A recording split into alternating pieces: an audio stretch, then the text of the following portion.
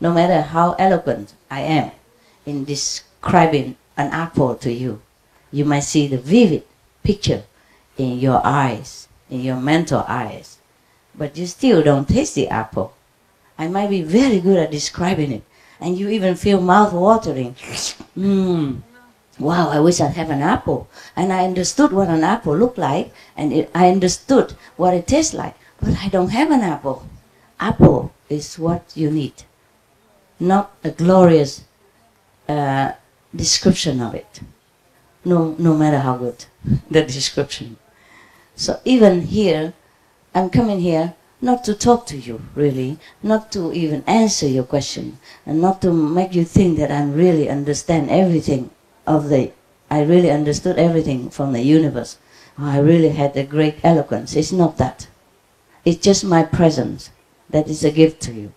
Anything I talk, it's just okay to make you focus on me, or to make your mind a little relaxed. Okay, just my presence. That's the best, lecture I could give to you.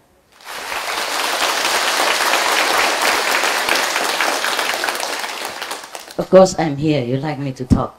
That's why I told you nonsense, all nonsense. Because according to me, they're also nonsense. Whatever I say is nonsense. It's like entertainment for your mind. But for the soul, you have different entertainment, deeper, better, truly awaken you, shake you up, shake the dirt out of your being. That is, if you have any being to shake it. What I mean is the dirt from your mind. So that he can let your soul free. Because the mind, is the concept of the mind, is the trouble of the mind that keep the soul bound. Otherwise, nothing can bound the soul. The soul wants to use the mind and the body to experiment whatever around here. But if the mind and the body is not on a very cooperative mood, or not on a very high level, the soul just keep relying on those information and binding together. And that's how you're not liberated. It's just the mind that's the problem. So when you meditate well, deep, you fly away from the mind for that moment. That's why you experience deep happiness, which you cannot describe anyway. The moment that you suddenly lift up in samadhi, that is just something extraordinary. And if you do that anytime, any day, then the soul will be so used to, again, the freedom. Like when he sleeps. When we sleep because the soul is tired, want to get out, and at that time he's free. But daytime, he had to follow the mind to see what's going on, to try to direct the mind. But the mind keep feeding wrong information.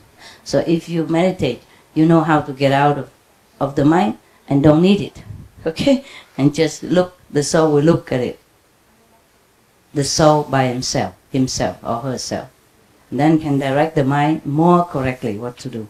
Instead of relying on the wrong information or even right information, fitting by the mind. Yeah?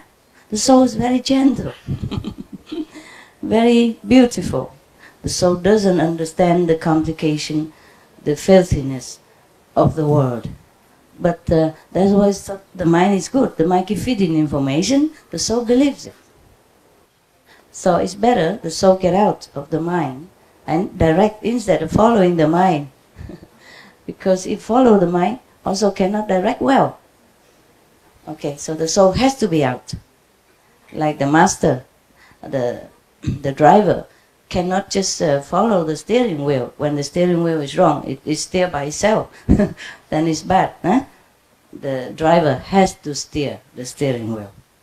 Okay, this is all human language. I'm so frustrated.